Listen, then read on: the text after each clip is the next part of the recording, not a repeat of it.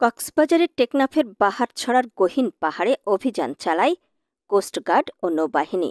এ সময় পাচারের উদ্দেশ্যে বন্দী থাকা নারী ও শিশুসহ ২১ জনকে উদ্ধার করা হয়। ২ অক্টোবর সকালে কোস্টগার্ড মিডিয়া কর্মকর্তা লেফটেন্যান্ট কমান্ডার সিয়ামুল হক এ তথ্য নিশ্চিত করেন।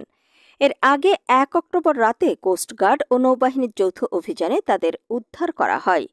কোস্টগার্ড জানায়, গোয়েন্দা তথ্যের ভিত্তিতে জানা গেছে সাগর পথে মালয়েশিয়া পাচারের উদ্দেশ্যে নারী ও শিশুসহ বেশ কিছু ব্যক্তিকে টেকনাফের বাহারছড়ার করাচিপাড়া ঘাট সংলগ্ন একটি ঘরে বন্দী করে রাখা হয়েছে। ওই তথ্যের ভিত্তিতে যৌথ অভিযান শুরু হয়।